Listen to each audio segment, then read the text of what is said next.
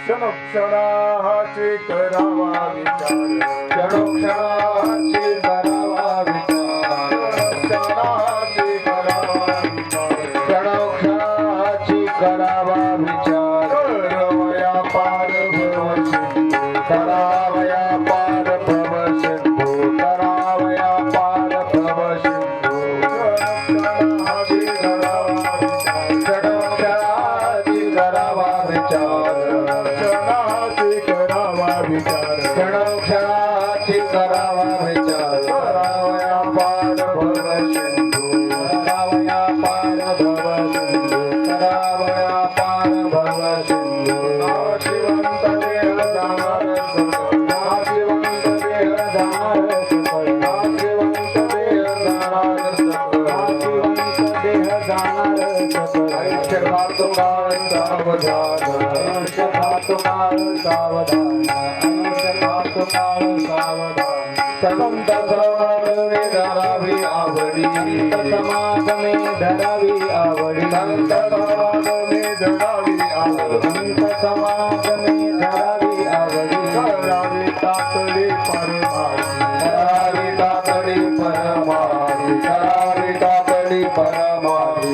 नाशिवंत देह जाणार सकळ, नाशिवंत देह जाणार सकळ, नाशिवंत देह जाणार सकळ, देह जाणार सकळ. आयुष्य घातो काळ सावधान, आयुष्य खातो काळ सावधान, आयुष्य खातो काळ सावधान. कौपणे इह लोकीचा व्यवहार, म्हणे इह लोकीच्या व्यवहार, लोकीचा व्यवहार, म्हणे इह लोकीच्या व्यवहार. डोळे दुरे भरोने राहा, डोळे भरून राहू नका, डोळे भरून राहू. नाशिवंत देह जाणार सकळ, नाशिवंत देह जाणार सकळ, नाशिवंत देह जाणार सकळ, नाशिवंत देह जाणार सकळ. आयुष्य घातो काळ सावधान, आयुष्य खातो काळ सावधान. क्षणोक्षणाची करावा विचार, करवया पार भव सिंधू. नाशिवंत देह जाणार सकळ, आयुष्य खातो काळ सावधान. संत समागमी धरून आवडी, संत समागमी धरून आवडी, करावी तातडी परमार्थी. नाशिवंत देह जाणार सकळ, आयुष्य खातो काळ सावधान. तुका म्हणे इह लोकीच्या व्यवहारे, तुका म्हणे इह लोकीच्या व्यवहारे, नका डोळे धुरे भरून राहू. नाशिवंत देह जाणार सकळ, आयुष्य खातो काळ सावधान. प्रस्तुत प्राप्त प्रसंगी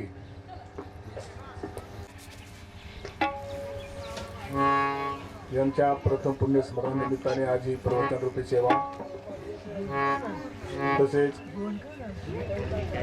त्यांच्या पत्नी श्रीमती जनाबाई बाळाजी वाढवणे, श्री ज्ञानदेव बाळाजी वाढवणे मुले, श्री रघुनाथ बाळाजी वाढवणे, श्री रंगनाथ बाळाजी वाढवणे, बहीण गंबा झुंबराबाई तुकाराम बोत्रे, अशा पद्धतीने त्यांचा हा परिवार आहे.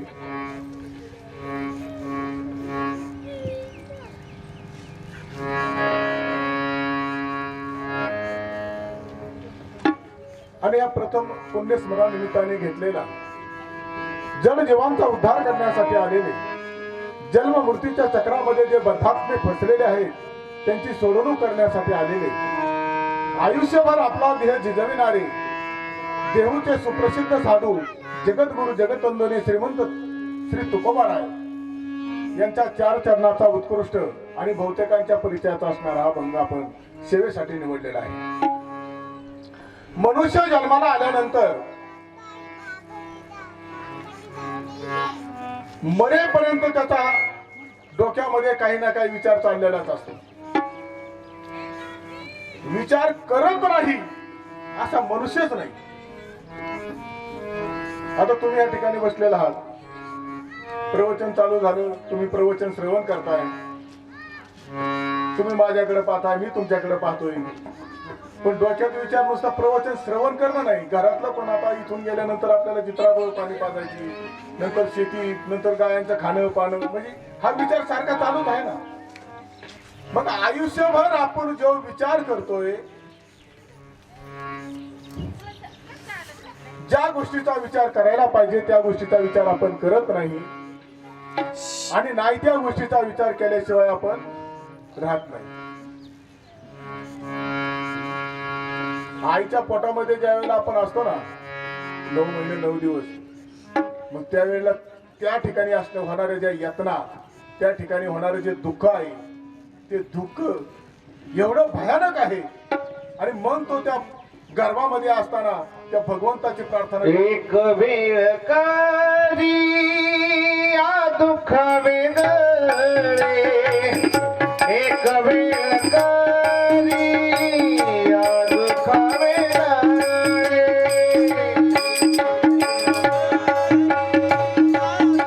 या दुःख वेगळे, एक वेळ करी या दुःख वेगळे, एक वेळ करी या दुःख वेगळे, एक वेळ करी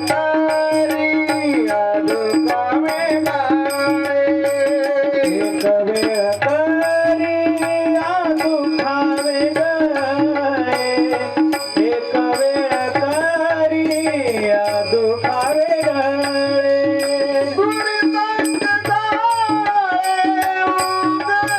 उगवणी, गुरुदत्त जाळे उगवणी, आठवीन पाय आमदनवस, आठवीन पाय आमदनवस, आठवीन पाय आमदनवस, आठवीन पाय आमदनवस, आठवीन पाय आमदनवस, आठवीन पाय आमदनवस, आठवीन पाय आमदनवस, आठवीन पाय आमदनवस. मग त्या मातेच्या उदरामध्ये तो जो जीव असतो ना, तो त्या भगवंताची प्रार्थना करतो की हे भगवंता, या नरकातून मला बाहेर काढ, मी तुझीच सेवा करेल, तुझंच भजन करेल, तुझंच कीर्तन प्रवचन, तुझंच स्मरण करेल. गर्भी म्हणे सोहम सोहम, बाहेर पडता म्हणे कोहम, आईसा कष्टी झाला भाऊ गर्भवासी. गर्भामध्ये तो भगवंताची प्रार्थना करायला तयार झाला आणि बाहेर आल्यानंतर म्हणतो मी केव्हा म्हटलो, मी म्हटलोच नाही. अरे ज्याच्यासाठी आपला जन्म झालेला आहे ना, ते आपलं संपूर्ण बाजूला राहतोय. जो विचार आपण करायला पाहिजे तो विचार करत नाही. अरे मग कोणताही विचार करण्यात आयुष्य घालण्यापेक्षा तुकाराम महाराज अभंगाच्या प्रथम चरणामध्ये सांगतात, क्षणोक्षणाची करावा विचार, क्षणोक्षणाची करावा विचार,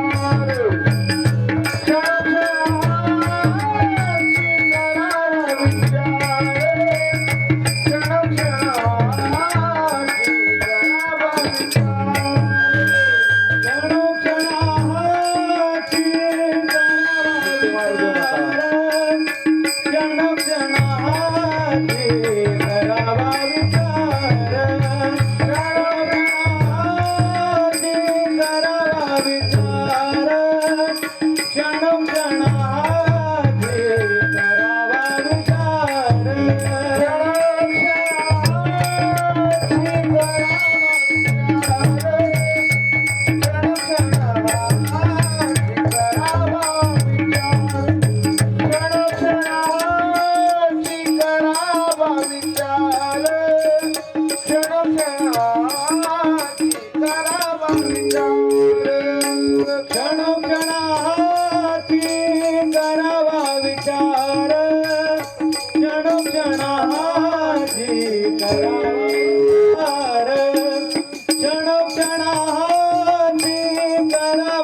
विचार क्षण क्षणाची करावया पार भवशंभो करावया पार भवशंभो करावया पार भवशंभो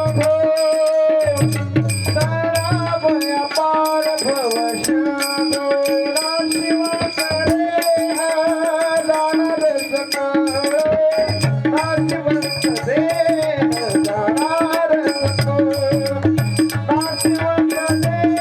देह जाणार सकळ शिवंत देह जाणार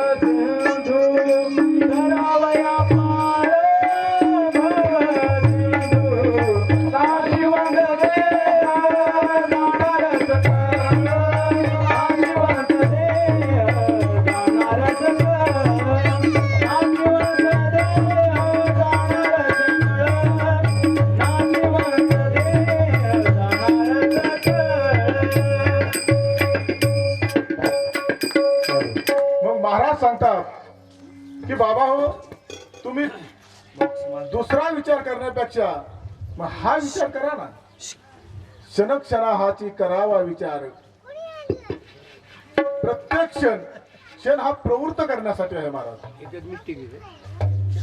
क्षण हा प्रवृत्त करण्यासाठी आहे जसं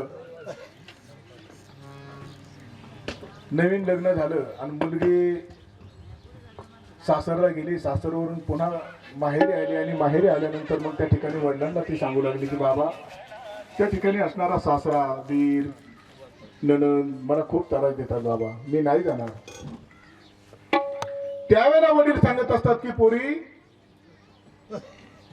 तुला त्या ठिकाणी जावं लागेल तू एवढ्या बरीने माझा आई एकदा तू जा मग ती ज्या वेळेला जाते ना त्यावेळेला मग त्या ठिकाणी एवढी त्या सासरी रममान होती की मग वडिलांना खाली टाकलं जातं खाली टाकल्यानंतर मग त्या ठिकाणी त्या गड्याला सांगितलं जातं मुलं विचारतात बाबा इच्छा काय आहे तुमची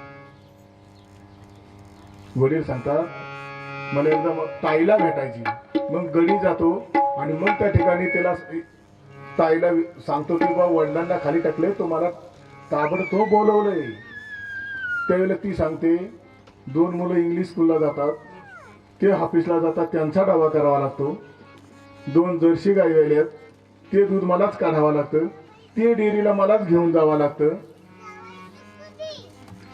एवढं सगळं कोणाच्या जेव्हा सोडायचं बरं आता ते पिकलं पाणी ते गळून पाडणारच आहे आता एकदा यायचं 10व्याला एकदा यायचं 2-2 हेल्पट टाकायचं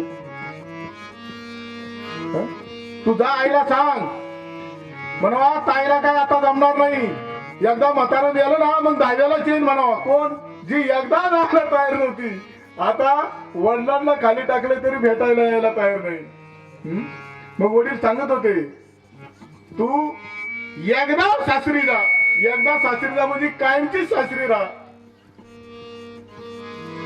एक क्षणभर विचार करा म्हणजे देवाच्या द्वारी उभा क्षणभरी आणि मग एक क्षणभर उभा म्हणजे तो आयुष्यभर त्या देवाच्या द्वारामध्ये ठाम भजन करत तसं क्षणक्षणा हाची करावा विचार तर वया पार भव सिंधू मग हे भव सिंधू म्हणजे सिंधू म्हणजे सागर आणि भव म्हणजे संसार मग हा संसार आपल्याला बरं समुद्राचं पाणी किती येईल का कोणाला सांगता नाही ना सांगता यायचं एखाद्याला विचारलं भाई तू समुद्र पाहिला का हा पाहिला ना मग समुद्राचं किती पाणी काय सांगू ते पाणी सांगता येत नाही मग तर वया पार भव सिंधू मग हे कशासाठी बरोबर आमचा पांडुरंग परमात्मा कमरेवरती हात देऊन त्या ठिकाणी उभा आहे तो येणाऱ्या भक्तांना सांगत असतो बाबा रे आता हे भवसागराचं पाणी फक्त कंबर भरत आहे कटे ठेवून या हात जना दावी तो संकेत भव सिंधूचा अंत तुलाची तर ते भवसागर तरता करीत साक्षता वैन उखाणाचा पटकन ठेवूनिया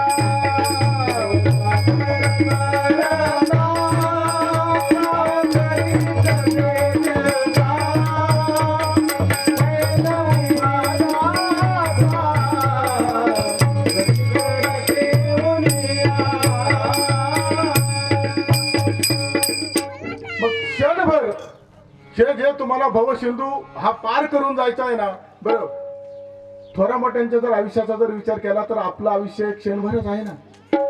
नामदेवराय यादी देतात हिरण्यकशिपूचं जे आयुष्य आहे का, एक अरुबद 60 कोटी देखा 30 लक्ष सहस्र लेखा 7 शीतन माणस बापा तया हिरण्यकशिपा काही झाली. 1 अब्ज 60 कोटी 30 लक्ष 10,700 वर्ष आणि 9 महिने एवढा हिरण्यकशिपू जगला. मग त्या मनानं आपला आयुष्य क्षणभर.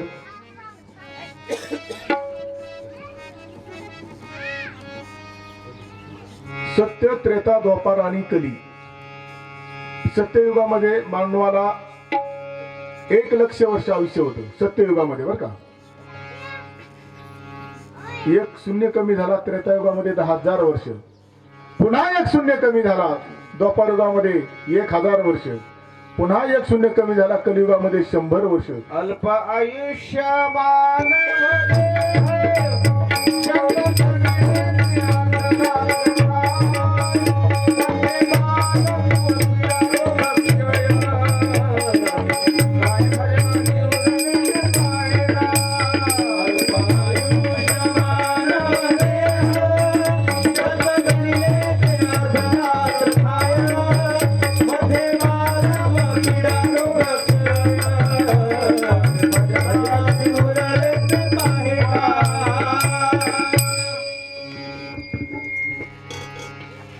मग कलियुगामध्ये सत्ययुगामध्ये 1,00,000 आयुष्य होतं.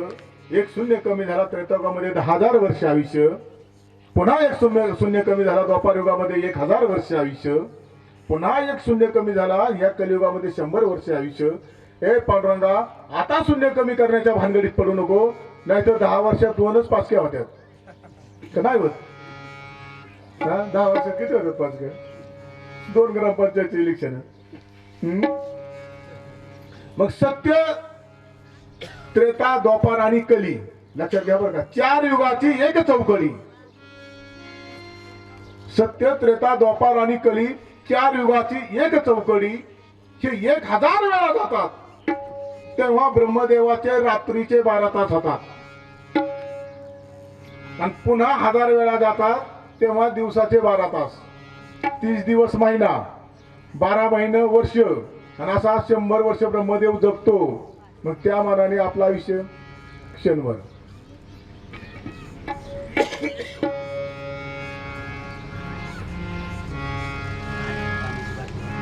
मग जे आपल्याला आयुष्य क्षणभर आहे ना, मग हे क्षणभर आयुष्य एक क्षण. माऊलींनी हरिपाठामध्ये पहिलाच अभंग आहे, देवाचे द्वारी उभा क्षणभरी केने मुक्तीच्या आळीचा गेल्या, नाही का.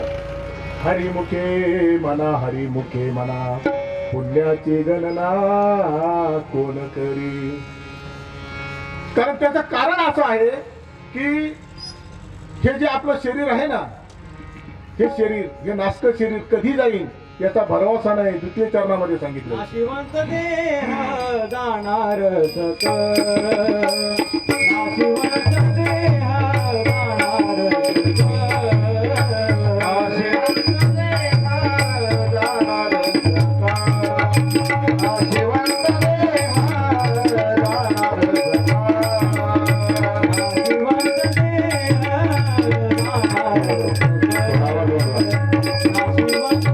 जाणार सक, नाशिवंत देह जाणार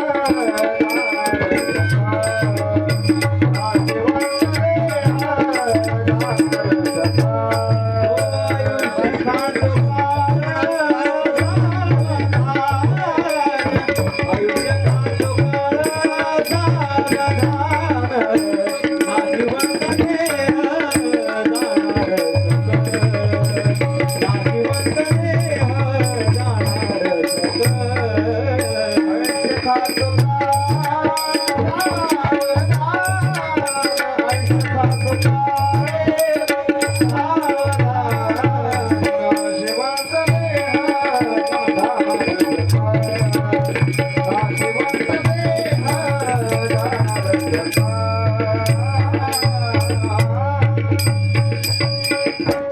नाशिवंत देह जाणार सकळ, आयुष्य खातो काळ सावधान. हे नाशिवंत शरीर आहे. पृथ्वी आप तेज वायू आणि आकाश या पंचमहाभूताचं बनलेलं हे शरीर, हे एक दिवशी ह्या पंचमहाभूतामध्ये विलीन होणार आहे. आतापर्यंत आपलं आयुष्य ह्या काळाने खाल्लं नाही काय, आतापर्यंत खाल्लं याला भूतकाळ म्हणायचं. आता खातोय हा वर्तमान काळ, आणि इथून पुढे तो नक्की आपलं आयुष्य खाणार आहे हा भविष्य काळ. आयुष्य खातो काळ सावधान. शेवटचा प्रसंग डोळ्यासमोर आणा तुम्ही. शेवटचा, पत्नी दारात, मुले अंगणात, गाय गोठ्यात, पैसा बँकेत, चितेला अग्नी लावणारे हजारो जण असतात, पण त्या चितेत मात्र आपल्याला एकट्याला जळावं लागत. आराम के सब संग साथी, जब वक्त पड़ा तब कोई नहीं, मतलब है कि लोग सभी दुनिया में कोई किसी का नहीं. जब टिकट मिला है जाने का डेरा क्या मशानों में, वहां जलाने वाले लाखों थे, जलने वाला कोई नहीं. अरे गर्दी पेटावणारच आहे, पेटावं लागतं एकट्याला. चकी तोडतील कटीसूत्राची, निर्दय होती आप्तची. त्याला निर्दय आपलीच होतात ना. काही बरोबर घेऊन आपल्याला जाता येत नाही. जरी ठरवलं आपण घेऊन जायचं तरी नेता येत नाही. धन मिळवी कोटी,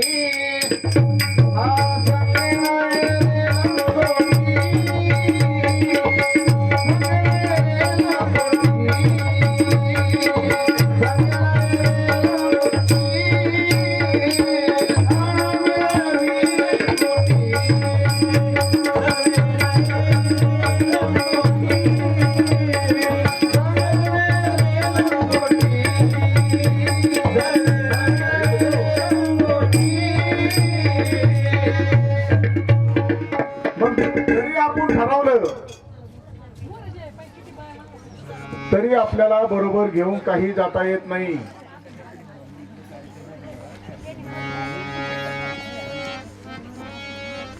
म्हणून महाराज म्हणतायत, नाशिवंत देह जाणार सकळ, आयुष्य खातो काळ सावधान. सावधानतेचा इशारा दिलेला आहे. आणि सावधान कशासाठी? आपल्याला सावधान साधू संतांनी केलंय, पण आपण सावधान होत नाहीये. आपण सावधान नाही. मग सावधान कशा पद्धतीने केलेलं आहे? तृतीय चरणामध्ये महाराज सांगताय बरं का.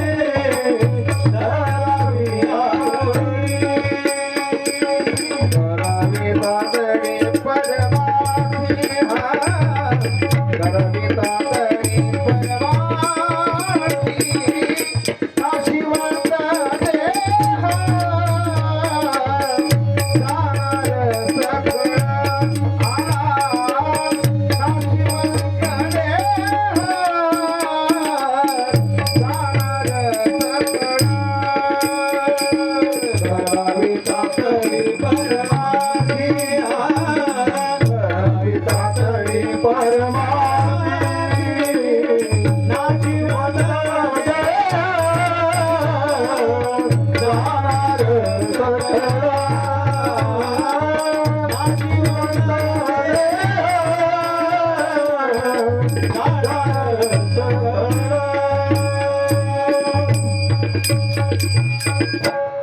तातडी करायला सांगितलेली. संत समागमी धरुणी आवडी करावी तातडी परमारथी. संतांची संगत आणि त्या संगतीमध्ये आवड निर्माण झाली पाहिजे. नाही ती नुसती संगत करायची ना, आवड नाही त्याचा त्या साधू संताबद्दल त्या परमार्थाबद्दल. आता गुळ मात्र चांगल्या 2-3 द्या पाहिल्या बरं का. साऊंड सिस्टीम वाले आता शिट्टी नाही वाजली पाहिजे बरं का. आता काय तर कार्यक्रमाची शिट्टी वाजून आता आवाज वाढवा थोडा. हा थोडा आवाज द्या. काय आपल्याला लय दिवसभर नाही जात आहे प्रवचन करीत बसायचं. फक्त शिट्टी बिट्टी आता काय वाजली नाही पाहिजे. आता गुळ पण आलाय, पाणी आले, आता काय अडचण नाही. ते आमचे गोपाळी महाराज पूर्ण महाराष्ट्रामध्ये त्यांचे कार्यक्रम वगैरे म्हणजे नाही का गायन. हो हे मृदंगाचार्य अनिल महाराज, गणेश महाराज खूप सुंदर प्रतिसाद देतात महाराज. आपण कुठपर्यंत आलतो म्हणून आलतो रोकडबाच्या मंदिरापाशी बघायचे नाही का.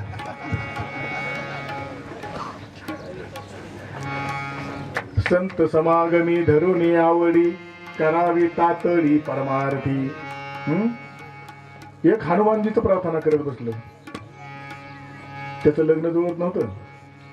राम द्वारे तुम रखवारे होत ना आज्ञा बिन पसारे सब सुखलो तुम्हारी सरना तुम रक्षक का हूँ को डरना भूत पिशाच निकट ना आवे महावीर जब नाम सुनावे. हनुमानजी प्रसन्न झाले. बोलो क्या चाहिए. प्रभू 12 वर्ष झाले माझं लग्न ठरत नाही. अरे बेवकूफ कही के अगर मैं दूसरों की शादी बना देता तो मेरी शादी नहीं होती. जाओ ये माल राम जी के दुकान में मिलता है. मग प्रभू रामचंद्राकडे गेलो. मग प्रभूची प्रार्थना केली. प्रभू प्रसन्न झाले. जा हो जाएगी तेरी शादी. हे घरी आलं, लग्न जुळलं, थाटात लग्न पार पडलं. आणि थाटात लग्न झाल्यानंतर मग हे यात्रा बघायला गेले. 9 लाख यात्रा. दुपारच्या 2 वाजेपर्यंत बायको माग माग होती आणि 2:30 वाजता हरवली, सापडेना. सगळीकडे फिरत बसलं, पुढे सापडेना. पुनः प्रभु रामचंद्राकडे आले. प्रभु आपकी असीम कृपा से मेरी तो शादी हो गई थी, लेकिन हम यात्रा देखने गए थे. दोपहर के 2:30 बजे तक पत्नी मेरे पीछे पीछे थी और 2:30 बजे किधर गई मुझे मालूम ही नहीं. प्रभु बोले बेवकूफ कही गई. अगर मैं दूसरों को पत्नी का तलाश करने वाला होता तो जानकी का तलाश करने हनुमान जी को क्यों भेजता. जाओ हे माल उसकी दुकान में मिळतं. मग जिथं जे मिळतं तिथं माणसाने मागणी केली पाहिजे. चंद्र तेथे चंद्रिका नाही का, शंभू तेथे अंबिका, संत तेथे विवेका असण्याचे की. विचार हा संतांजवळच मिळत असल्यामुळे संत समागमी धरुणी आवडी आणि करावी तातडी परमार्थी. आता जुळलं ना. हा आता जुळलं. परमार्थी, परमार्थ शब्दाचा अर्थ बर का. परमार्थ, परम म्हणजे श्रेष्ठ, परम म्हणजे श्रेष्ठ आणि अर्थ म्हणजे धन. श्रेष्ठ धनाची प्राप्ती करणं म्हणजे परमार्थ करणं. तुम्ही आम्ही ज्याला खरं धन समजतो ना ते खरं धन नाही. मग खरं धन सांगू. परमार्थ महाधन जोडे देवाचे चरण वावया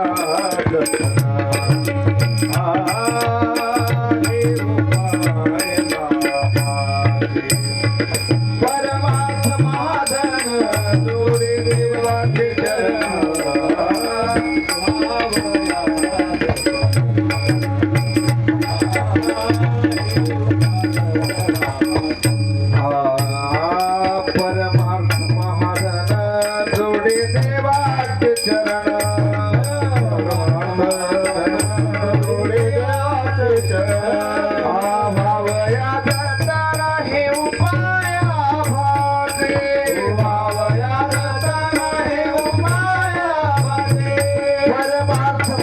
महाधन जोडी देवाचे चरण पावया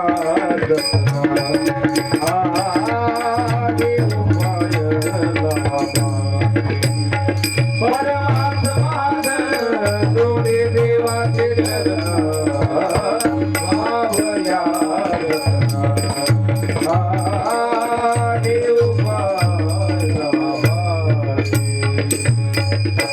वा वा वा. परमार्थ महाधन जोडे देवाचे चरण. चरण. काय प्रमाण दिले महाराज. हा? चरण तुमचे आमचे पाय आहे बरं का. तुमच्या आमच्या पायाला चरण नाही म्हणायचं. चरण कोणाला म्हणायचं? ज्याचं आचरण त्याचे चरण. रामायणामधला एक प्रसंग आहे, सांगतो तुम्हाला.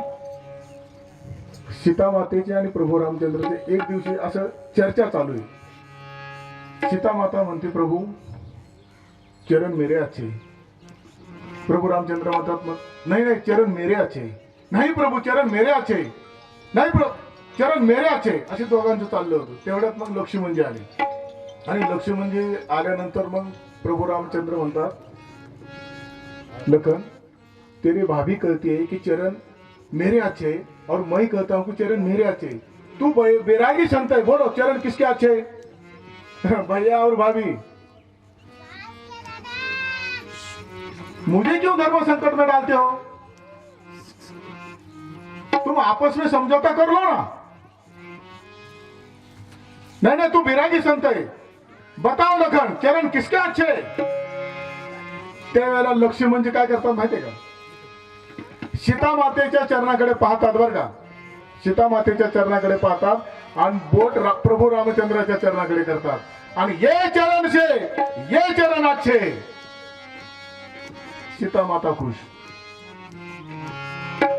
भाभी ज्यादा खुश होने की जरूरत नहीं है. अगर मेरे भैया के चरण नहीं होते तो तुम्हारे चरण को कौन पूछता? चरण आणि आचरण. तुमच्या आमचे जर चरण जर लोकांनी आपल्या पाया पडावं ना, आपल्याला वाटतं ना लोकांनी आपल्या पाया पडलं पाहिजे, सगळा समाज आपल्या पुढे झुकला पाहिजे. अरे मग झुकन ना, तुमच्या पुढे समाज झुकन, पण त्या पद्धतीचं तुमचं आचरण ठेवा ना. अरे नारदाच्या गादीवरती ज्या वेळेला आपण बसतो, इथं मात्र गोड गोड पोपटो आणि छान छान बोलायचं आणि एकदा नारदाच्या गादीवर उतरल्यानंतर मग जे आहे ते. असं नाही पाहिजे. तुम्ही नारदाच्या गादीवर बसताय ना, मग खाली उतरल्यानंतर समाजामध्ये फिरत असताना तुमचं आचरण, परश्री ही आपल्या माता भगिनीसारखी आपल्याला दिसली पाहिजे. परमार्थामध्ये परमार्थ करत असताना, सत्कर्म करत असताना त्या पैशावरती आपण लुख्यावानी केलं नाही पाहिजे. नाही तर मग त्या ठिकाणी त्या व्यवहार नाही ना. हा व्यवहार नाही. आपल्याला सत्कर्म करायची, आपल्याला साधू संतांच्या जवळ जायचंय आणि मग साधू संतांच्या जवळ जाण्यासाठी मग महाराज तिसऱ्या चरणामध्ये सांगतायत की संत समागमी धरुनी आवडी करावी तातडी परमार्थी. आपण इथपर्यंत आलो. परमार्थ ह्या शब्दाचा अर्थ परम म्हणजे श्रेष्ठ, अर्थ म्हणजे धन. श्रेष्ठ धनाची प्राप्ती करणं म्हणजे परमार्थ करणं. तुम्ही आम्ही ज्याला खरं धन समजतो ते खरं धन नाहीये. खरं धन सांगू, खरं धन अरे ज्या धनाचा वाटा बंधू मागत नाही, ज्या धनाची चोरी होत नाही, ज्या धनाला राजा ताब्यात घेत नाही, ज्या धनाला आग लागत नाही, जे धन आम्ही मेलो तरी आमची संगत सोडत नाही. संपदा तयाची नसरे कल्पांती जोडविला भक्ती देवलाभ. आरतन धर्म न काम रुची गतीन चव निर्वाण. जन्म जन्म राम पद यही वरदारन आम. सियातन रामचंद्र की जय, उमापति महादेव की जय, पवन सुत हनुमान की जय, बोल रे भाई सब संतन की जय. खरं करके तो लिखा है सोने वाले सोना नहीं, सोने वाले सोना नहीं, सो गए तो सोना चला जाएगा, सोने वाले सोना नहीं. प्रथम अर्थ अनर्थाशी चोरी वशी अर्थापाशी. तुकाराम महाराज म्हणतात जर तुकाराम महाराज जर असे जर चालले ना रस्त्याने बर का, तर चोर सुद्धा घाबरत होते. चोर दरोडेखोर घाबरायचे. का? हे चला रे दुसऱ्या रस्त्याने. का रे? ते काय ते तुकाराम महाराज आल्या समोरून. आम्ही सदैव सोडावे जोडीचा जोरावे, जाऊ पुढती गे, कुठे घरी राहायची. आम्ही सदैव सोडावे जोडीचा जोरावे, जाऊ पुढती गे, कुठे घरी आम्ही सदैव सुळके जवळी येता चोर धाके. महाराजांनी गोड प्रमाण दिलं महाराज. म्हणजे चोर जर जवळ आले महाराजांच्या तर चोरच घाबरत होते. हे चला रे आपण त्या दुसऱ्या रस्त्याने. का रे? अरे ते काय ते तुकाराम महाराज आले. अरे मग येऊ दे ना. अरे काय येऊ दे, आपल्या जो आहे तेच आपल्याला द्यावं लागेल. त्यांच्याकडून काय घेता? अरे त्यांच्याकडून काय घेता नाही, त्यांनी सगळं दान केलं. त्यांच्यासारखी श्रीमंती तर कोणाचीच नव्हती. निम्म पुन्हा तुकाराम महाराजांचं होतं. निम्म निम्म. आता कसा गुंठा चाललाय तिथं? होय. आणि काय लिंता महाराज, किती लिंता हो. काय त्या लिंत्याला माते का? आपला नवरा तुकाराम महाराजांबरोबर कीर्तनाला जातो, टाळ वाजवितो, रात्र रात्र तिकडं काढितो. मग ह्या तुकाराम महाराजांचाच काटा काढला पाहिजे म्हणून तुकाराम महाराजांना घरी बोलवलं. संध्याकाळच्या पारी सगळी सेवा वगैरे केली. कीर्तन झालं. लोहगावामध्ये कीर्तन झालं. संध्याकाळी महाराज झोपले. सकाळ झाली आणि मग हिनी नवऱ्याला सांगितलं, जाऊ तुकाराम महाराजांना आता स्नान करायची, गावामधून उठणं घेऊन या. मी थोडक्यात साबण घेऊन या, नाही का त्यावेळेला उठणं म्हणायची.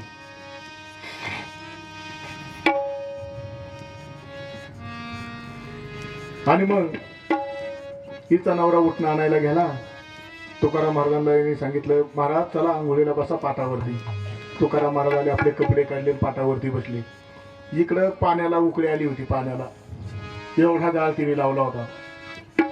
जसा ते हांडा उचलला उकळलेल्या पाण्याचा, तसाच तुकाराम महाराजांच्या अंगावरती वाटला. त्यावेळेला तुकाराम महाराजांनी आई ग म्हटलं नाही. जय माझी काया लागला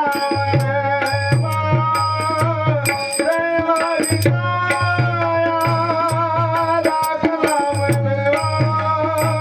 दामने की जेवा पाय बापा दामने की जेवा पाय बापा जय माझी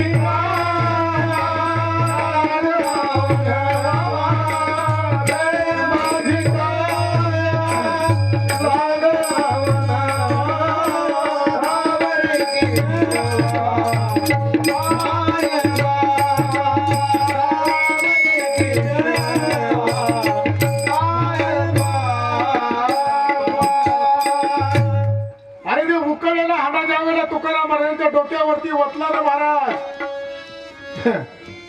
तुकाराम महाराजांनी आई ग म्हटलं नाही. भावाला हाका मारले नाही, बहिणीला हाका मारले नाही, वडिलांना हाका मारले नाही, गावकऱ्यांना हाका मारले नाही.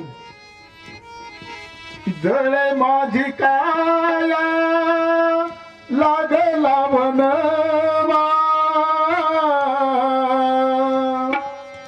दावरे केशवा माय बापा माय बापा दावरे केशवा माय बापा. अरे त्या उकळलेल्या पाण्याचं बर्फासारखं थंड पाणी झालं महाराज, काय का? मग तेवढी श्रद्धा पाहिजे ना. तुम्ही म्हणता मी लय देवाची पूजा करतो आणि बायकोला सांगतो ना अंगा हांगा आणि घेताना अंगा होतो बरं का, तुला माझ्या नावाने परत खडे फोडीत बसतात म्हणते कोण येणार होता ते महाराज. त्याला तसं वायरं गेलं लागतं. अरे तुम्हाला सांगतो, ज्या वेळेला जेवणाची पंगत होती आणि धर्मराजाने भीमाला सांगितलं कृष्णाला बोलून आणतो, मला काय काळजी करू नका. पंक्ती बसल्या, पार ताटं पुढं आली, आता नुसतं पाणी वावळायची आणि लगेच पुंडलिक वरदा करायचं. धर्मराजाने भीमाला सांगितलं, का रे? अरे ताटं झाली, तुला किती अगोदरच सांगितलं होतं की कृष्णाला बोलव जेवायला म्हणून. म्हणले काय टाइम लागतो कृष्णाला जेवायला बोलवायला? अरे म्हणले आता कधी जाशील तू? पार पंक्ती बसल्या, आता जेवायचा टाइम झाला. थांबा म्हणले लगेच येते आणि तुम्ही नुसतं ते ओदनी कवळ म्हणायला सुरुवात तर करा. भगवान श्रीकृष्ण लगेच ताटावर बसली. ताट केलं ना तयार म्हणले हे केलंय. फेकली ना गदा बेमानीवर. गदा फेकली त्या गदे खाली डोकं ठेवलं असं. गदा डोक्यात पाडणार तर भगवान श्रीकृष्णाने गदा धरली. म्हणजे हा विश्वास आहे ना. आपल्या बायका मुलावरती प्रपंचावरती आपला कसा एकदम विश्वास आहे की संध्याकाळची आज संध्याकाळी उद्या सकाळचं उद्या संध्याकाळी महिनाभर धान्य आहे. सगळी त्याल मीठ प्रपंच कसा एकदम सुखात चालला पाहिजे याच्यावर कसं आपलं प्रेम आहे. म्हणजे आपल्याला ध्यासच आहे ना आपल्या प्रपंचाचा. मग जसा आपण आपल्या प्रपंचाचा ध्यास घेतो तसं ह्या साधू संतांनी सुद्धा तुम्हाला सांगतो देवाचा ध्यास घेतला होता. देवाचा ध्यास. ते गांधी माशी माहिती आहे का तुम्हाला? चावली ना मला तुम्हाला चावलेली आहे नाही इथं सगळी भाषा सगळ्यांनाच चावलेली का हो मामा? बरं ती गांधी माशी चावल्यावर किती आग होती तुम्हाला नाही होत? असं केलं मला वाटलं तुम्हाला आग नाही होत.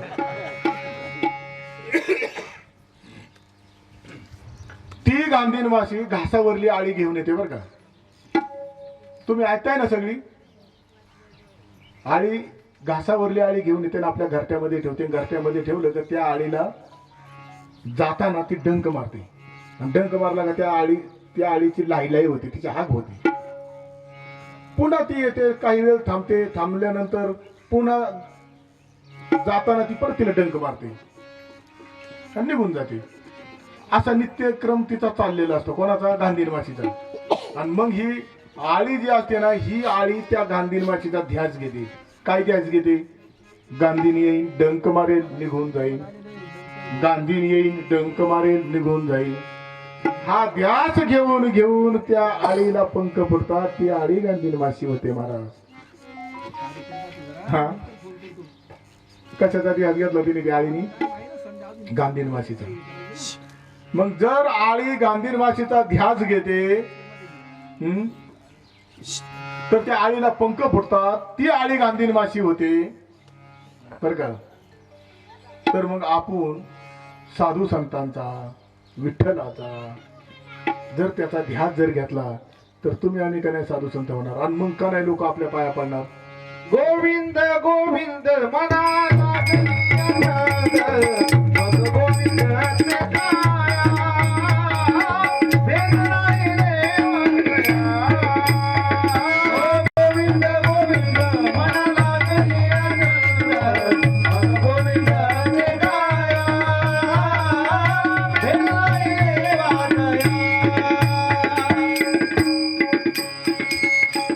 मग गोविंद गोविंद असा छंद लागला पाहिजे. गोविंद गोविंद मला लागला तुझा छंद नाही का. मग संत समागमी धरून आवडी करावी तातडी परमार्थी. तातडी सांगितलेली परमार्थाची. 80 वर्ष वय आणि 80 वर्ष वय असल्यानंतर त्या ठिकाणी तो साधक नाथ मार्गांक गेला. काल नाथ षष्ठी होती ना. आमच्या अनिल महाराज जाऊन आलेत काल. पंढरपूर असू द्या, पैठण असू द्या, देहू असू द्या, आळंदी असू द्या. अरे त्या ठिकाणी गेल्यानंतर त्या वारकऱ्या जे वारकरी भजन कीर्तन प्रवचन त्या ठिकाणी भगवंताचं नामस्मरण करतात. अरे त्या वारकऱ्यांची धूळ नुसती आपल्या अंगावरती जरी बसली ना महाराज तरी त्याच्यासारखं दुसरं पवित्र नाही. आणि मग एक साधक त्या नाथ महाराजांकडे गेला आणि नाथ महाराजांना सांगू लागला महाराज तेची ज्ञानेश्वरी वाचे वदता साचे भय कळी काळाचे नाही तया. तुम्ही तर सांगता ज्ञानेश्वरीचं पारायण केल्यानंतर जे भय आहे ते भय निघून जातं. महाराज मी सेवानिवृत्त आहे. 20 वर्ष झालं मी ज्ञानेश्वरीचं पारायण करतोय पण या भयातून मी मुक्त झालो नाही. अरे म्हणले बाबा तू 20 वर्ष झालं ज्ञानेश्वरीचं पारायण करतो? म्हणले हो. मग कसं पारायण करतो? कसं म्हणजे? अहो म्हणले मला सून आहे मुलगा आहे आणि ती दोघं नोकरीला जातात आणि मग सगळी नातवंड खेळायचा कार्यक्रम माझ्याकडे असतो. म्हणजे कसा? म्हणले मग मी सगळी नातवंड एकाच वेळेस पाळण्यामध्ये टाकतो बरं का. आणि मग पाळण्यामध्ये टाकलं की एका हातामध्ये पाळण्याची दोरी असते आणि एका हातामध्ये ज्ञानेश्वरी असते अशी. मग तिकडे नातू रडायला लागले की बाळा जो जो रे कुलभूषणा ओम नमोजी आद्या वेद प्रतिपाद्या जय जय सुसौभेद्या आत्मरूपा. एका हाती पाळण्याची दोरी एका हाती ज्ञानेश्वरी. मग कसा करेल कृपा तयावरी. अरे असा मेला तरी तुझ्यावरती कृपा होणार नाही. भाव धरुनी वाटे ज्ञानेश्वरी भाव धरुनी वाटे ज्ञानेश्वरी भाव धरुनी वाटे ज्ञानेश्वरी भाव धरुनी वाटे ज्ञानेश्वरी. कृपा करी हरी दयावरी कृपा करी हरी दयावरी. गमुखे आपण सांगतो श्रीविष्णू गमुखे आपण सांगतो श्रीविष्णू. कृपा करी हरी दयावरी कृपा करी हरी दयावरी. गमुखे आपण सांगतो श्रीविष्णू गमुखे आपण सांगतो श्रीविष्णू. अरे एका एका अक्षरात आहे माझा रमाकांत. हा भाव धरून या वाच्य ज्ञानेश्वरी कृपा करी हरी तयावरी.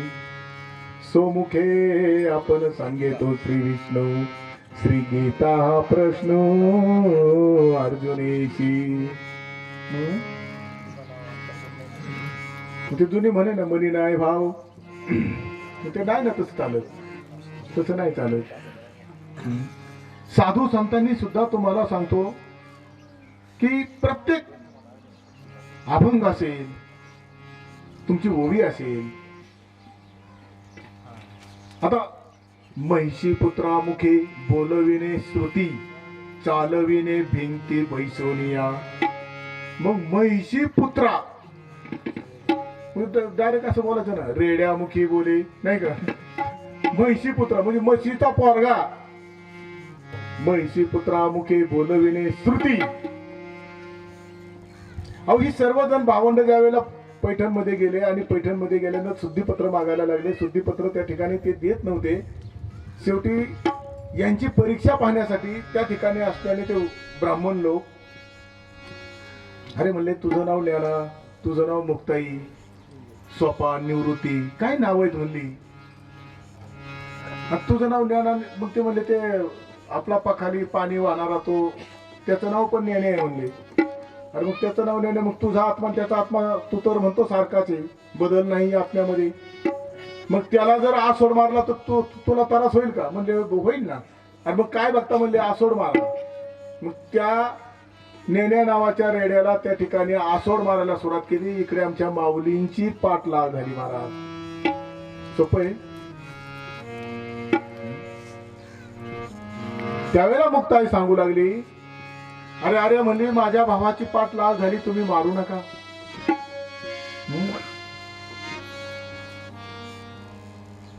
त्या ठिकाणी असणारे काही चांडाळ लगेच बोलू लागले नाही नाही यांचे आई वडील बंगाली विद्या शिकून आलेले आहेत. त्याच्यामुळे मग तिकडं त्या रेड्याला फटकं मारल्यानंतर इकडं पाठी ओळखच काय होती म्हणजे बंगाली विद्या शिकून आल्या. म्हणले तसं नाही म्हणले मग त्याच्या मुखातून वेद बोलवतो. माऊलीला बोलायला लागले. ज्ञानेश्वर माऊलीला सांगितलं त्याच्या मुखातून जर त्या रेड्याच्या मुखातून वेद बोलवलं तर तुला आम्ही शुद्धीपत्र देऊ. अरे माऊलींनी ज्या वेळेला त्या रेड्याच्या मस्तकावरती हात ठेवला ना त्यावेळेला तो रेडा ओंकार हा नाद प्रणवाचा ओंकार हा नाद प्रणवाचा ओंकार हा नाद प्रणवाचा ओंकार हा नाद प्रणवाचा ज्ञानदेव मने वेद ओंकार हा नाद प्रणवाचा ओंकार हा ज्ञानदेव मने बोले ऋग्वेद ओंकार हा नाद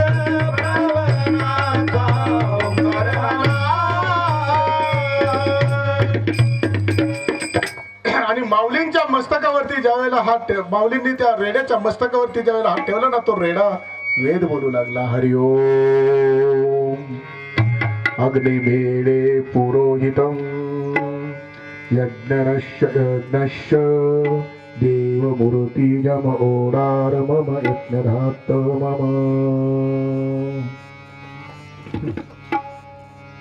आणि ज्या वेळेला तो रेडा वेद बोलू लागला ना महाराज, त्या ठिकाणी त्या पैठणमध्ये असणारे पंडित लोकांची पोट भरायची बंद झाली. तो रेडा नुसतं वेदच बोलत होता. माऊली जोपर्यंत त्या ठिकाणी होते तोपर्यंत तो रेडा वेदच बोलायचा. त्यांना कोणी भिक्षा द्यायला म्हणले, अरे एक जणावर रेडा वेद बोलतोय, काय तुमच्या वेदाला घेऊन बसले. मग हे सर्व त्या ठिकाणी असणाऱ्या पंडितांनी मग माऊलींना सांगितलं की यांना घेऊन जा, या रेड्याला तुमच्या बरोबर घेऊन जा, इकडे नका ठेवू, आम्ही उपाशी मरू म्हणले. मग तो रेडा माऊलींनी बरोबर घेतला आणि आळंदीला जात असताना आळी फाट्यावरती त्या ठिकाणी त्या रेड्याने आपला जीव सोडला. आणि त्या ठिकाणी त्या आळ्या फाट्यावरती रेड्याची समाधी आहे महाराज. त्या ठिकाणी अखंड विनाश स्मरण चालू आहे. तिथं कोणी जर मोकळे असले तर तिथं विण्याला माणसं लागायचं, आहे का कोणी मोकळं? रेड्याची समाधी, रेडा रेडा, अरे ज्याला काही अक्कल नाही असा रेडा, त्याची समाधी तिथे अखंड विनाश स्मरण.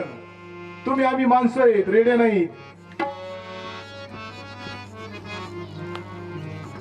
आमच्या गावामध्ये पोपटाची समाधी बर का, गोपाळे महाराज पोपटाची समाधी. त्याच्या मुखामध्ये एकच मंत्र, कोणता? रामकृष्ण हरी. कोणी आलं का? रामकृष्ण हरी. अनिल महाराज रामकृष्ण हरी.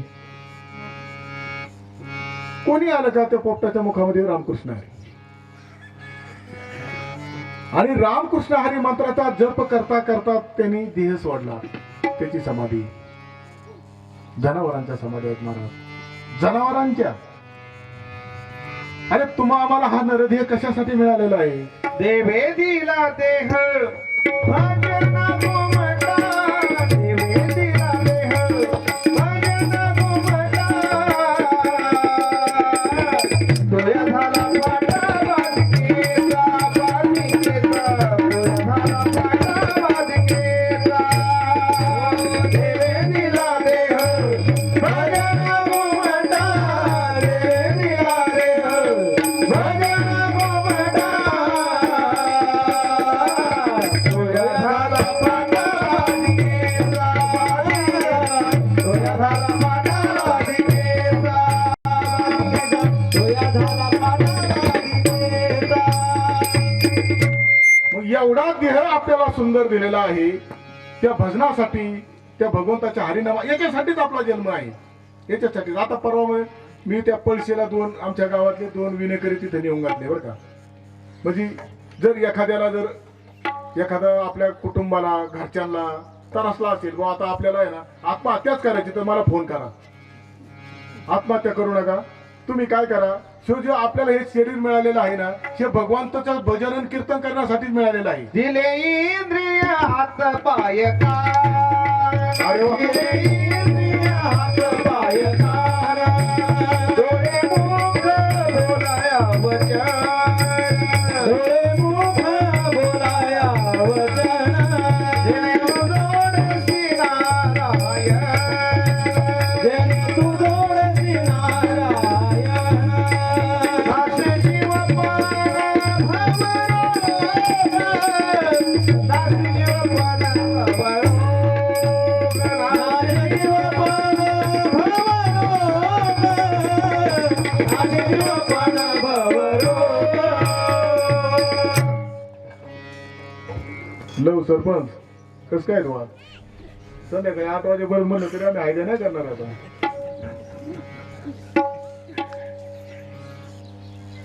मला फक्त एकच सांगायची कळकळीची विनंती, अरे आत्महत्या 10 रुपयाचं चराड घ्यायचं, ते लगेच बाबली कपाळायचं. अरे काय पद्धत चालली?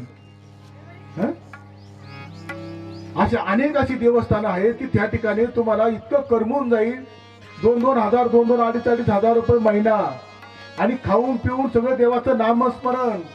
हरी कीर्तन भजन एवढी सेवा मिळते घरी बघूच नका ना. ह्या स्टेपला जर तुम्हाला जायचंच जर असेल ना, तुम्ही या वारकरी संप्रदायामध्ये या, काही कमी नाही. घरदार सोडून द्या. निर्णय घेतला ना फाशी घ्यायची, तुम्ही फाशी घेऊ नका, मला फोन करा. तसं आपल्याला टेन्शन आलं ना, आपण तो डायरेक्ट येण्यावर जाणार मग कुठंतरी. काय आपल्याला 1000-1500 रुपये मिळाले, खाऊन पिऊन 2 तास दिवसात, रात्रीचे 2 तास ड्युटी, संपला विषय. हं? संत समागमी धरून आवडी, करावी तातडी परमार्थी. आणि परमार्थाची तातडी करा, सत्कर्माला लागा. आणि ह्या सत्कर्म करत असताना लोकांचं काय ऐकू नका. तुकाराम महाराज सांगतात, तुम्ही चांगले केलं ना तरी त्यांना, तुम्ही चांगले केलं तरी नाव ठेवणारे, वाईट केलं तरी नाव ठेवणारे, काहीच नाही केलं तरी नाव ठेवणारे, आणि पार आखी जलशन पिंपरी सोन्याचे रस्ते जरी बनवले तरी तुम्हाला नावच ठेवणारे. अभंगाच्या शेवटच्या चरणामध्ये तुका म्हणे ह्या लोकीच्या व्यवहारे, तुका म्हणे ह्या लोकीच्या व्यवहारे, तुका म्हणे ह्या लोकीच्या व्यवहारे, तुका म्हणे ह्या लोकीच्या व्यवहारे, तुका म्हणे ह्या लोकीच्या व्यवहारे, तुका म्हणे ह्या लोकीच्या व्यवहारे, तुका म्हणे ह्या लोकीच्या व्यवहारे, तुका म्हणे ह्या लोकीच्या व्यवहारे. नका डोळे धुरे भरून राहू, नका डोळे धुरे भरून राहू, नाशिवंत देह जाणार सकळ, नाशिवंत देह जाणार सकळ. नका डोळे धुरे भरून राहू, नका डोळे धुरे भरून राहू, नाशिवंत देह जाणार सकळ, नाशिवंत देह जाणार सकळ. नका डोळे धुरे भरून राहू, जाणार सकळ.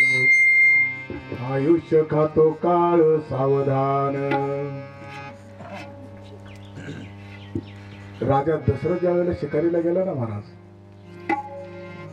त्यावेळेला श्रावणबाळ आपल्या आईवडिलांना कावडीमध्ये घेऊन काशी विश्वेश्वराच्या दर्शनासाठी निघालेला होता. संध्याकाळी 6 वाजल्यापासून तर रात्रीच्या 12 वाजेपर्यंत त्यांनी दम काढला. पण खूपच तहान लागली, जास्त जीव कासावाची झाला, आता जीव जाईन. त्यावेळेला मग ते मायबाप बोलू लागले श्रावणाला की बाळा, आम्हाला खूप तहान लागली रे, काहीतरी कुठेतरी पाण्याच्या शोधार्थ पाणी जर मिळत असेल तर बरं होईल. हो आई. मग त्या ठिकाणी ते कमंडलू घेतलं आणि पाण्याच्या शोधार्थ श्रावण निघाला. ज्या सरोवरावरती त्यांनी पाणी पाहिलं श्रावणाने, खूप आनंद झाला. एखाद्या गरीबाला जर धन सापडल्यानंतर जेवढा आनंद होतो तेवढा आनंद श्रावण बाळाला झाला. का तर आपल्या मायबापाला आता आपण पाणी पाजणार आहोत. झप झप झप झप श्रावण त्या सरोवरामध्ये उतरला आणि उतरल्यानंतर ते कमंडलू त्या ठिकाणी पाण्यामध्ये पटशिरी भरायचं म्हणून पाण्यामध्ये बुडवलं. नैसर्गिक आवाज आला. तो बुडबुड आवाज राजा दशरथाच्या कानावर गेला आणि कोणतं तरी जनावर स्वापत पाणी पितोय हे राजाने ओळखलं. आणि ज्या दिशेने आवाज आला त्या दिशेने राजा दशरथाने बाण सोडला. सु सु सु करीत त्या ठिकाणी तो बाण गेला आणि श्रावण बाळाच्या वर्मी लागला. मोठ्याने आवाज किंकाळी ऐकू आले राजा दशरथाला. राजा दशरथाने ओळखलं हे जनावर नाही, कोणत्या तरी मनुष्याचा आवाज आहे. ज्या दिशेने आवाज आला त्या दिशेने राजाने जाऊन पाहिलं तर रक्ताच्या थारोळ्यामध्ये श्रावण पडलेला आहे, तडफडतोय, छातीमधून रक्त वाहतोय, निम्म शरीर पाण्यामध्ये निम्म शरीर वर आचका देतोय. आणि राजा दशरथ ज्यावेळेला जवळ गेल्यानंतर मग त्या ठिकाणी राजा दशरथाने विचारलं, कोण बाळा, तुम्ही कोण? मी राजा दशरथ. एवढा राजा पण लटलट लटलट कापत होता. तुम्ही सांगा कोण आहात? मी राजा दशरथ आहे. राजा दशरथ? अरे स्वर्गाच्या इंद्राला युद्धामध्ये मदत तुम्ही करता हे आम्ही ऐकलं होतं. हे राजा, अरे तुझ्याबद्दल मला अभिमान होता रे. पण तू एका आई बापाचा आधार संपविला. अरे राजा, तू मला बाण मारला, मी रक्ताच्या थारोळ्यात पडलोय, मला आता मरण येणार आहे, याचं मला दुःख नाही राजा. पण माझे मायबाप तानेने व्याकुळ त्या ठिकाणी झालेले आहेत. त्यांना पाणी पाजण्यासाठी मी कमंडलू घेऊन आलो होतो. अरे राजा, तू मला बाण मारलाय, मी मरतोय.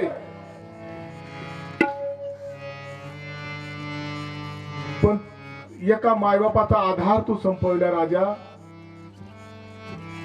अरे ज्या वेळेला संध्याकाळ झाली का त्या ठिकाणी मायबापांना आथरून पांघरून सकाळचा सर्व प्रातर्विधी, दुपारचं जेवण, संध्याकाळचं जेवण, पुन्हा ती झोपल्यानंतर मी झोपत होतो.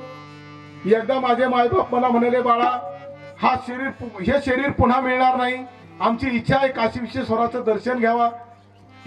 मग मी त्या आईवडिलांची इच्छा पूर्ण करण्यासाठी त्या ठिकाणी कावड तयार केली. कावड तयार करून त्यांना कावडीमध्ये बसवलं आणि तीर्थयात्रेला घेऊन चाललो राजा.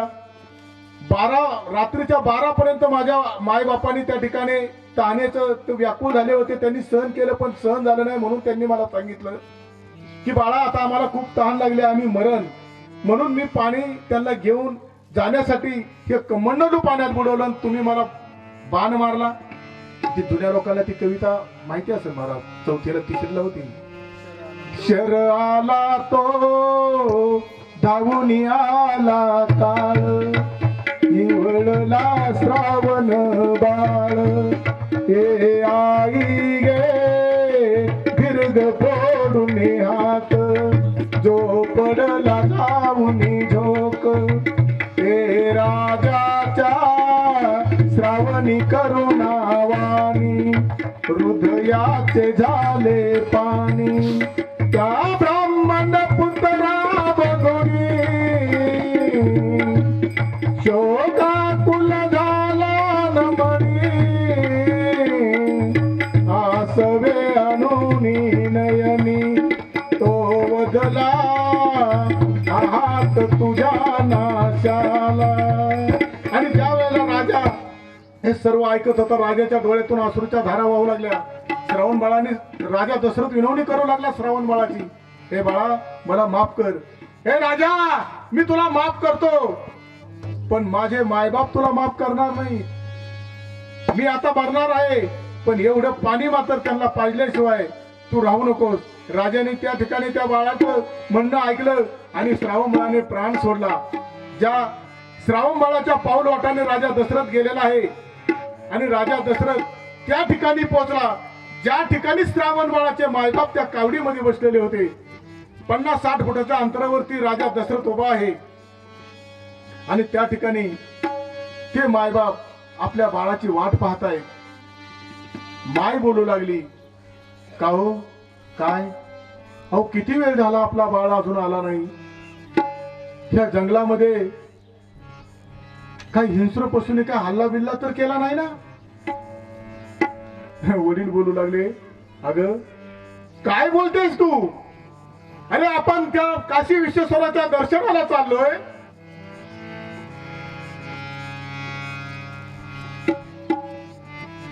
आणि मग तो काशी विश्वेश्वर काय झोपलाय का? आपल्या बाळावरती असा हल्ला होईल कसा? आपण चाललोय कुठं?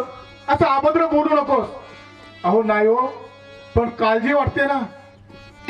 किती वेळ झाला आपला बाळ पाणी आणण्यासाठी गेलेला आहे. मला तर वाटतं त्यांनी यावा, नकोय ते पाणी. मरायच्या वेळेस आपलं बाळ आपल्या जवळ असावा. पाणी नाही त्यांनी पाजलं तरी चालेल, पण का हो अजून काय आहे ना. मला तर काळजी वाटायला लागली. आई बोलते महाराज, आईचं काळजी येते. आणि बोलता बोलता त्या ठिकाणी त्या मायबापांना श्रावणाच्या रावणा आणि मग त्यांनी त्या ठिकाणी टाहू फोडायला सुरुवात केली महाराज. आणि हे राजा दशरथ 50-60 फुटा अंतरावर सर्व ऐकतोय. श्रावणा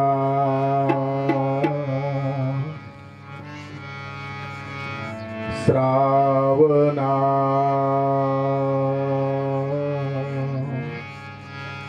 हा सर्व जीव एकटावून त्या ठिकाणी ज्यावेळेला हे त्या बाळाच्या नावाने आक्रोश करू लागले, श्रावणा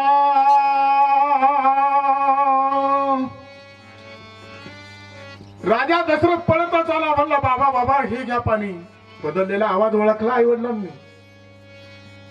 अरे कोण आहेस तू? मी राजा दशरथ आहे. मग तू का पाणी घेऊन आलायस? आणावं लागलं. अरे आणावं लागलं म्हणजे काय? आमचा श्रावण बाळ पुढे आहे. हिंस्रपशूने काय त्याच्यावरती हल्ला केला की काय? नाही नाही बाबा, हिंस्रपशूने नाही हल्ला केला. त्या हिंस्रपशूपेक्षाही मी हिंस्र ह्यो अयोध्येचा राजा दशरथ आहे. माझ्या हातून त्या बाळाचा वध झालाय. हे शब्द त्या मायबापांच्या कानी पडले आणि त्या ठिकाणी मात्र आक्रोश केला त्यांनी. राजा, अरे बाळाचं संगोपन आई वडिलांनी करायचं असतं. राजा, बाळाचं संगोपन आई वडिलांनी करायचं असतं. अरे इथं तसं नाही. आम्ही जन्मांधे त्या श्रावण बाळांनी आमचं संगोपन केलं. अरे आमचा तो आधार होता. आता आम्ही कोणत्या बेसवर जगायचं? कोण आम्हाला खायला घालणार? कोण आम्हाला घेऊन जाणार? आमची सेवा कोण करणार? अरे नात्याने तो जरी आमचा बाळ असला तरी आमचा मायबाप होता.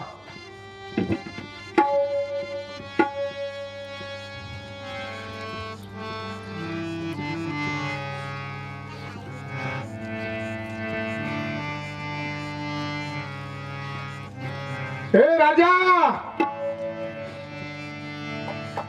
अरे आम्ही तर पाणी पिणार नाहीच. आम्ही तर आता मरणारच आहे. पण जसं आम्ही आमचं पुत्र करून मरणार आहे ना, तसा तुला सुद्धा तू सुद्धा पुत्र करून मरशील. राजा, मायबापाने प्राण त्यागला महाराज. श्रावण बाळाच्या पाठीमागे त्या ठिकाणी मायबापानी पण प्राण दिला.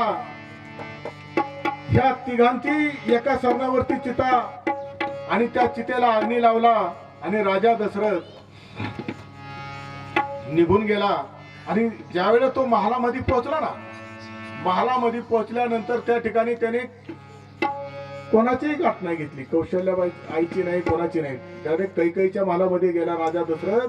आणि लहान बाळ जसं रडतं तसं त्या कैकेयी जवळ राजा दशरथ रडू लागला. आणि बाळ जसं आईला घारानं सांगतं तसं घारानं त्या कैकेयीला सांगू लागला. ऐका बरं का, खूप मार्मिक आहे. काय सांगू लागला? अरे म्हणला, मी पुत्रप्राप्तीसाठी गेलो आणि एका पुत्राचा वध केला. आणि सर्व त्या ठिकाणी घडणारा इतिहास सांगितला. आणि ज्यावेळेस तो सगळा इतिहास सांगितल्यानंतर कैकेयीने लक्षात ठेवलं की आपल्या नवऱ्याला शाप आहे, पुत्र वियोगाने तू मरशील. म्हणजे निश्चित आपल्याला पुत्रप्राप्ती होणार आहे. मग आपल्याला पुत्र झाल्यानंतर ज्या पुत्रावरती जास्त प्रेम राजा दशरथाचं राहील त्या पुत्राला वनवासात पाठवायचं. वनवासात तो पुत्र गेल्यानंतर त्या ठिकाणी तो वनवासाला जाईल. मग इकडे त्याचा वियोग राजा दशरथाला होईल.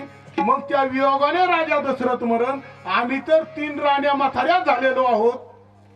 आम्ही विधवा झालो तर काही फरक पडत नाही, पण आमच्या सुना विधवा व्हायला नको. कैकेयीचं डोकं सूर्यचंद्र आहे तोपर्यंत मला लोक शिवाय देतील, देवद्या दिल्या ते, पण मी माझ्या मुलांचं तर कल्याण करेन.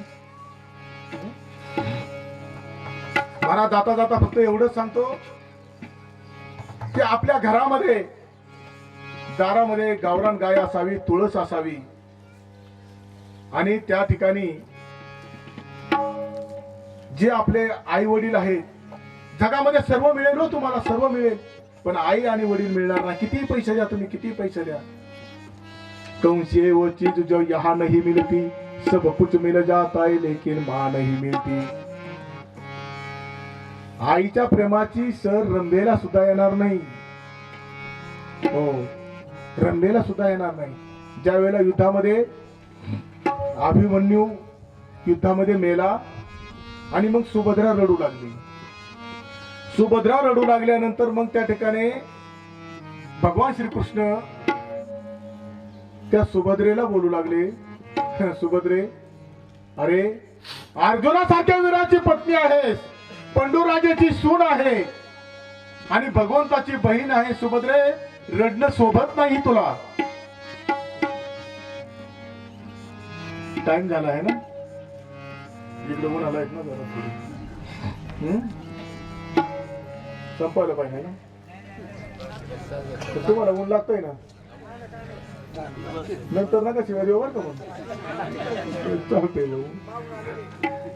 मागून आलं काय तुम्ही बरे पुढे बसले येऊन.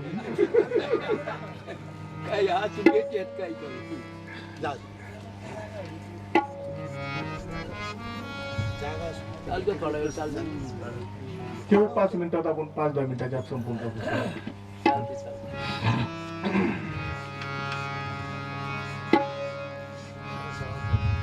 काय म्हणता, पाकिटापुरतं झालं? मग काय म्हणता असं बाबा, पाकिटापुरतं झालं असं म्हणले तुम्ही? हवे पिंपरी गावात नकोय मला पाकिट. सगळी प्रेमाची माणसं आहे तिथे मला.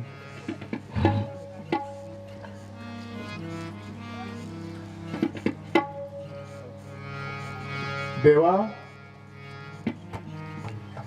मी अर्जुनाची पत्नी नाही बोलत देवा, मी पंडूराजेची सून नाही बोलत, मी भगवंताची बहीण नाही बोलत रे देवा, मी अभिमन्यूची माय रडते माय. हे तुला नाही कळायचं देवा. तू पुढच्या जन्मामध्ये कोणाच्या तरी आई हो. कोण बोलते? सुभद्रा. पुढच्या जन्मामध्ये तू कोणाची तरी आई हो आणि तुझा मुलगा असा युद्धामध्ये मरू दे, मग तुला कळेल पुत्र मेल्यानंतर काय दुःख असतं. किंबहुना धनुर्धरा, जो मातेची या उदरा, तो मातेच्या सोयरा की तुला पा. नाही हो, आईबाप सांभाळायला अजिबात खर्च नाही महाराज. अहो, आपण किती खर्च करतो त्या कुत्र्यावर. कुत्र्याला शॅम्पूने धुवायचा, साबणाने धुवायचा, टावेलने त्याला पुसायचं. आजचा टाईल दुसऱ्या दिवशी नाही, मग त्याला 4 व्हीलर गाडीमध्ये बसवायचं पुढच्या सीटवर, गावातून फेरफटका मारून आणायचा. नाही, इथं आपल्या गावात नाही पण दुसरीकडचं सांगतोय. अरे याचं कुत्र एसी गाडीमध्ये बसून फिरतय आणि याचे आई वडील वृद्धाश्रमामध्ये. अरे जर असेल ना आपल्या पाहुण्या बिवण्याचे कोणाचे आई वडील, आणा घरी, त्यांना काही लागत नाही त्या आई वडिलांना. दाटीवाटी गुरं जरी बाजूला अशी दाटीवाटी बांधली, थोडी जागा जरी कोपाट दिलं ना त्यांना, तरी त्या ठिकाणी ते आनंदाने राहते. अरे पत्नी त्यावेळेला तुम्हाला म्हणणार आहे त्यांना नका आणू घरी, मी नाही बंगल्यात राहून देणार. तिला म्हणून नाही राहून दे बंगल्यात, गोट्यात ठेवितो, गोट्यात ठेवा. स्पेशल त्याला जेवण बनवायची गरज नाहीये. अरे मुलाबाळातून उरलेली एखादी अर्धी एखादी भाकर जरी घरच्यापासून चोरून आपण खिशात जरी घेतली आणि ती आईबापांना पोच केली ना, तरी पाप लागणार नाही. आणि कामाला जाताना त्या मोटरसायकल द्यायला तुम्ही जाता, त्या गोट्यामध्ये नुसती भाकर फेकून द्या. त्या आई वडिलांना चालता येत नाही, दात नाही, कालवण नाही, पण ती भाकर जसं जनावर शेतकऱ्याची वाट पाहतात ना, आपला मालक येईन चारा घेऊन, तसं ते मायबाप आपल्या मुलाची वाट पाहत असतील की आता आमचा मुलगा आम्हाला जेवण देईल. ती भाकर गोट्यामध्ये फेका, शेणात पडली का गव्हाणी त्याच्याकडे सुद्धा पाहू नका. मग ती आई तिला उठवत नाही, ती सरळ सरळ सरळ सरळ त्या भाकरी पैसे ती एक भाकर घेईल, पुन्हा जाग्यावर जाईल, दोघं अर्धी अर्धी घेत्या, त्याचा भुगा करतील, भाजी नाही त्याच्यात पाणी होतील आणि मग त्या ठिकाणी खायला सुरुवात करतील. आणि खायला सुरुवात केल्यानंतर मग त्या ठिकाणी आई म्हणेल, का हो काय आपण वृद्धाश्रमामध्ये होतो ना, 4 वर्ष वृद्धाश्रमामध्ये होतो, त्या ठिकाणी आपल्याला त्या ठिकाणी असणारे कर्मचारी शासकीय गरम चपात्या द्यायचे हो. आणि इथं आपला दादा आपल्याला शिळी भाकर देतो, ती आपण फेकून मारतोय. त्यावेळेला वडील म्हणतात बरं का, ऐका, अगं त्या वृद्धाश्रमामध्ये 4 वर्ष आपण होतो. त्या ठिकाणी ते शासकीय कर्मचारी गरम गरम चपात्या आपल्याला देत होते, पण त्याच्यात एवढा आनंद मिळत नव्हता जेवढा माझ्या बाळाने मला दिलेल्या भाकरीमध्ये मिळतो. का? भाकर माझ्या राजाने दिली म्हणून, भाकर माझ्या मुलाने दिली म्हणून, भाकर माझ्या कुलदीपाने दिली म्हणून. अरे कुत्र्याला किती प्रेमाने सांभाळा, तुम्हाला चावल्याशिवाय राहणार नाही. आई बापाला फेकून भाकरी वाढा, आशीर्वाद दिल्याशिवाय मारणार नाही.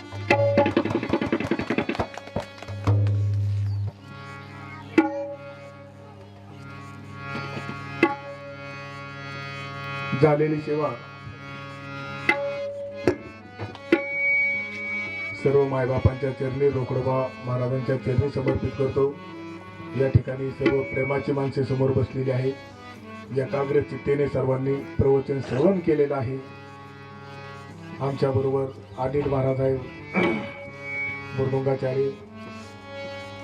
खूप सुंदर अशा पद्धतीने त्यांनी साथ दिलेली आहे. संपूर्ण महाराष्ट्रामध्ये ज्यांचं नाव गाजलेलं आहे, गोपाळे महाराज गायनाचार्यामध्ये स्वतः पेटी मास्तर, कीर्तनकार आणि गायनाचार्य. तसेच आमचे दुसरे गायनाचार्य अनिल महाराज, गणेश महाराज यांनी खूप सुंदर अशा पद्धतीने साथ दिलेली आहे. तुम्ही या ठिकाणी एवढे शांत चित्ताने हे प्रवचन श्रवण केलेलं आहे. साऊंड सिस्टीम वाल्याने सुरुवातीला तर मी म्हणलं आता असं जिकडून माठ मामा गुन्हे गाव काय ना माझं, खरं ती सिटीच बंद व्हाय ना वाजायची. सर्व या ठिकाणी खूप शांततेने प्रवचन चालू असताना ज्यांनी मोबाईल बाहेर काढून बोलले त्यांनाही धन्यवाद.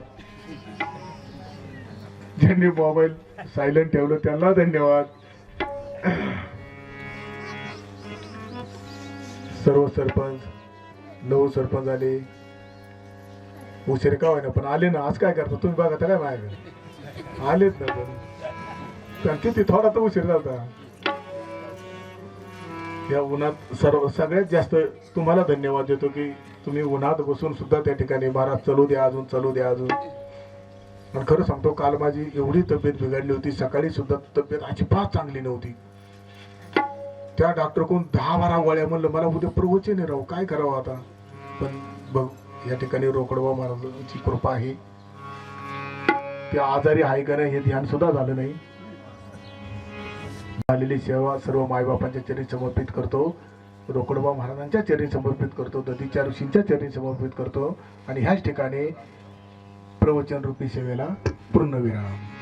शेवटाची विरामनी, शेवटाची विरामनी, संताजनी पदिसार, संताजनी पदिसार, विसरतो न पडावा माझा देवा तुम्हा, माझा देवा तुम्हा.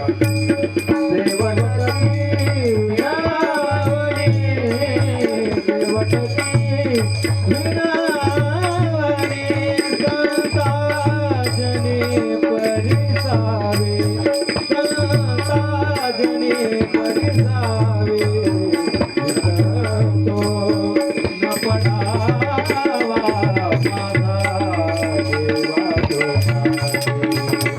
विसरतो न पडावा माझा देवा तुम्हा.